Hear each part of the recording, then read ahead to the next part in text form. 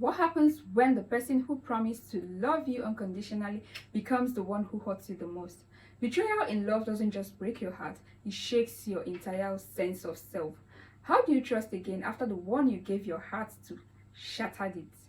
Welcome to Intimacy Insights by Anais, where we have real and raw conversations about love, relationships, intimacy, trust, and everything in between. If you're new here, I'm so glad you found this space, a place where we explore what it means to truly love and be loved. And to my returning subscribers, welcome back. Your support means the world to me, and I appreciate you for being part of this beautiful community of heart-centered souls. Now, let's dive into our today's topic, betrayal trauma. Let's start with understanding betrayal trauma in romantic relationships. Betrayal trauma in love happens when someone you deeply trust violates that trust, leaving you with emotional wounds that feel impossible to heal. This could be a partner who cheats after years of commitment, a spouse who hides secrets, whether financial, emotional, or personal, a person who emotionally withdraws, making you feel unloved and unworthy. Betrayals in relationship isn't just about what happened, it's about what it does to you emotionally. When someone you trusted deeply lies, cheats, or deceives you, it doesn't just hurt, it shakes your entire belief in love and safety. Now, let me tell you the science behind betrayal trauma in love. Why betrayals hurt like physical pain. Did you know that the brain processes emotional pain the same way it processes physical pain? Study shows that betrayal triggers the anterior cingulate cortex, the same part of the brain activated when you experience physical injuries. This explains why heartbreaks often feel like actual pain, tightness in the chest, a pit in your stomach, or even headaches. Now let's talk about the attachment theory and betrayal trauma.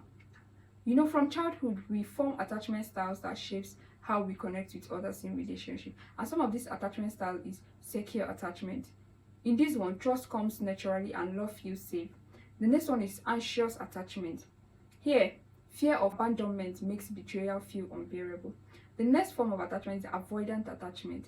Betrayal confirms the belief that trusting others is very dangerous. So if you struggle with trust issues after betrayal, it might be because it reinforced an old attachment wound for you. I want us to talk about the fight, flight, and freeze response in betrayal trauma. When faced with betrayals, our nervous system reacts in one of the three ways. First is the fight mood, confronting the betrayal with anger and accusation. You lash out in anger, you demand answers, or you confront your partner. The next is the flight mood. You avoid the person or the situation entirely. You shut down, you avoid conflict, or you leave the relationship slowly. The next one is the freeze mood. You are feeling emotionally numb in that relationship. You are unable to express what really happened. Rather, you stay in the relationship despite the betrayal. You're feeling stuck and powerless in that relationship. Now, how can betrayal trauma lead to PTSD and other disorders? Let's start with PTSD, which is the post-traumatic stress disorder. You notice recurring flashbacks, nightmare, and emotional distress. Then depression and anxiety kicks in. You start feeling persistent sadness, low self-worth, and you start fearing future relationship. Dissociation comes in, a mental state where individual feels detached from reality as a defense mechanism. Understanding these reactions can help you regain control over your emotions.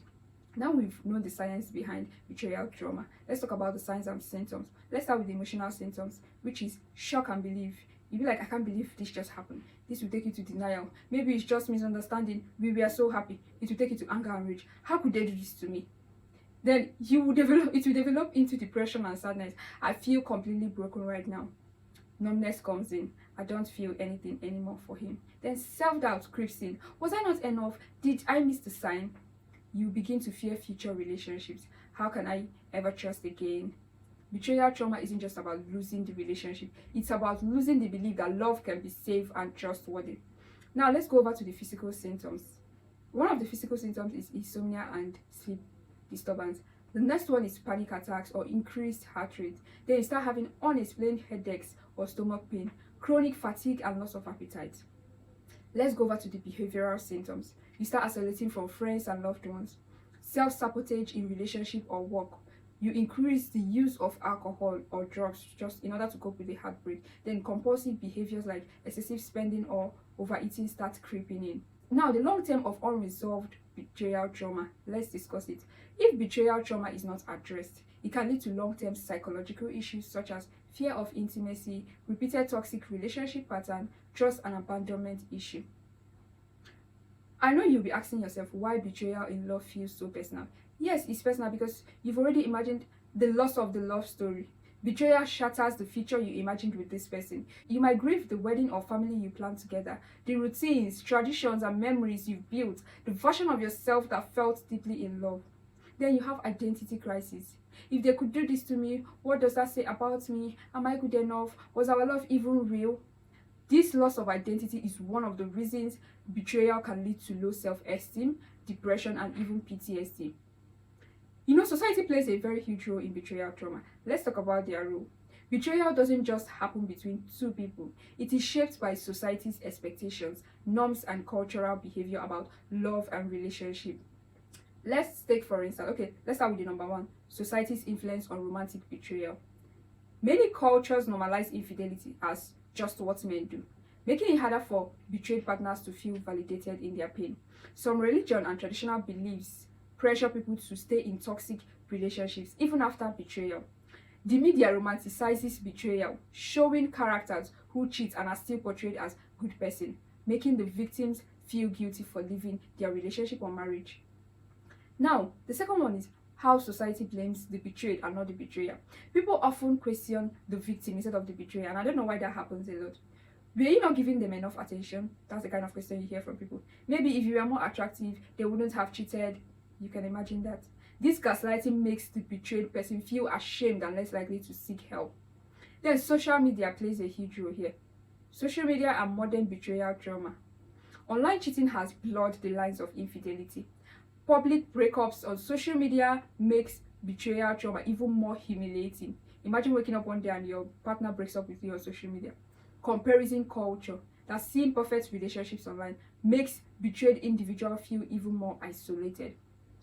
You understanding the society's role in betrayal trauma can help you recognize toxic messages about love and choose a healthier relationship moving forward.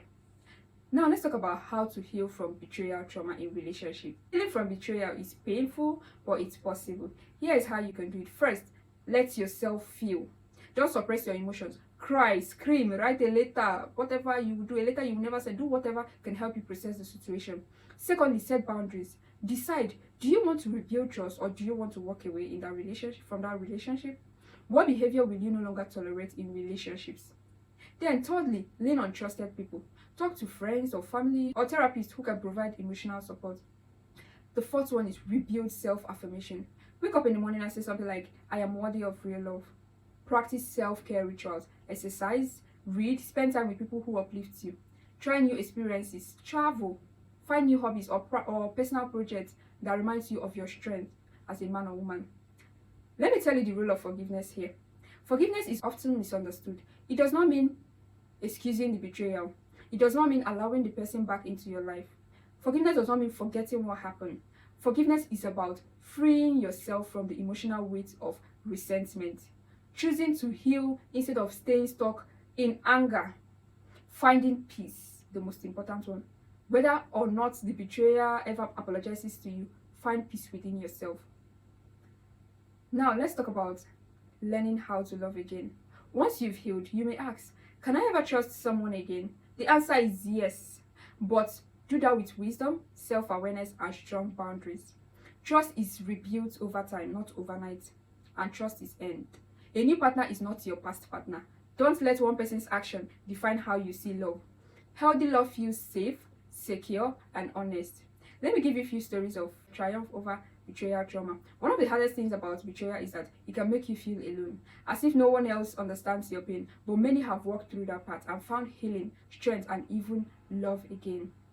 Let me give you 3 powerful stories of people who overcame betrayal trauma that I know of and how they transformed their pain into purpose.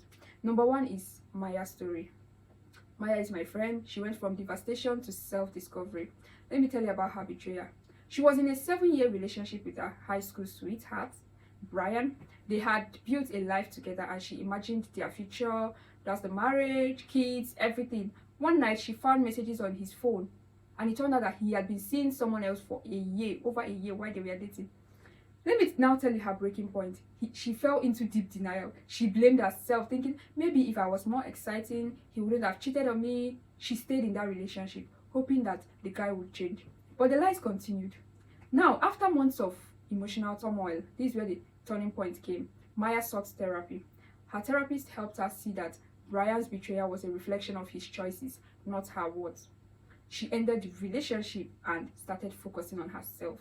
That was when she triumphed. She traveled on solo trips for the first time and she rediscovered her independence. She started journaling and meditating, which helped her rebuild her confidence. Now, what have you learned from Maya's story? Sometimes betrayal is the push we need to find our true selves. Let me give you a story of another guy, David. David learned to love again after betrayal. Let me give you a story about his betrayal. David was married for 10 years when he discovered his wife, Emily, had been emotionally involved with someone else. She claimed it was just texting, but the trust was shattered. His breaking point was when he felt unlovable. He withdrew from his friends and questioned everything about himself. The worst part is that he started believing that all women would eventually betray him. I tried talking him out from it then, but it was very difficult. So I tried convincing him to join support groups for people healing from betrayals. Hearing other people's stories helped him realize he wasn't alone in that situation. He took time to heal before dating again. He worked on his self-worth, knowing that betrayal didn't define his ability to be loved. When he did fall in love again, he communicated his trust issues openly and honestly to his new partner. And he ended his marriage with a wife and moved on with the new partner.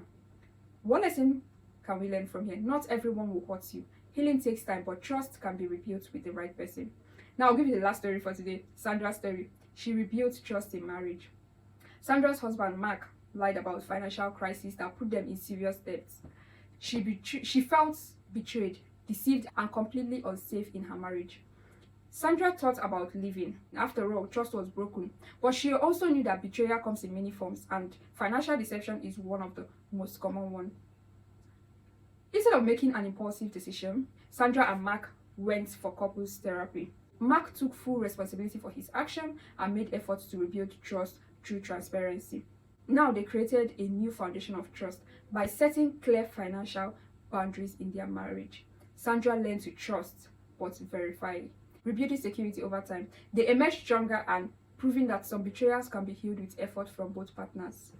There are so many stories on my head, but I won't say all that. So what lesson have we learned from Sandra? Betrayal doesn't always mean the end. Sometimes it's an opportunity to rebuild stronger than before. What are the key takeaways from these 3 stories I just shared with you? There are lots, but I just shared the 3. Your worth is not defined by someone else's behavior. Healing takes time, but it is possible. Not all relationships have to end. Some betrayals can be worked out. And you can love again, but with stronger boundaries and self-awareness this time around. I've said a lot, I'm even sweating because there's no light. But in conclusion, betrayal hurts, but it doesn't have to define your future in love. You are worthy of deep, safe and fulfilling relationship. You are more than your past experience. Healing is possible and your future relationships can be filled with trust and love only if you give it the chance to. Healing takes time, but step by step, you can reclaim your peace, rebuild your trust and rediscover your strength. I repeat, take your time, heal, and when you're ready, love again with wisdom and not fear. Thank you so much for spending this time with me on Intimacy Insights by Anais. Indeed, this is a very long video. I hope you watched till this end. If today's message resonated with you, please like, share and subscribe so we can continue this journey together. And I would love to hear from you. Drop a comment below and let's talk about your experiences with trust and healing. Remember always, your heart is precious. Until next time, take good care of yourself and honor your love. Bye.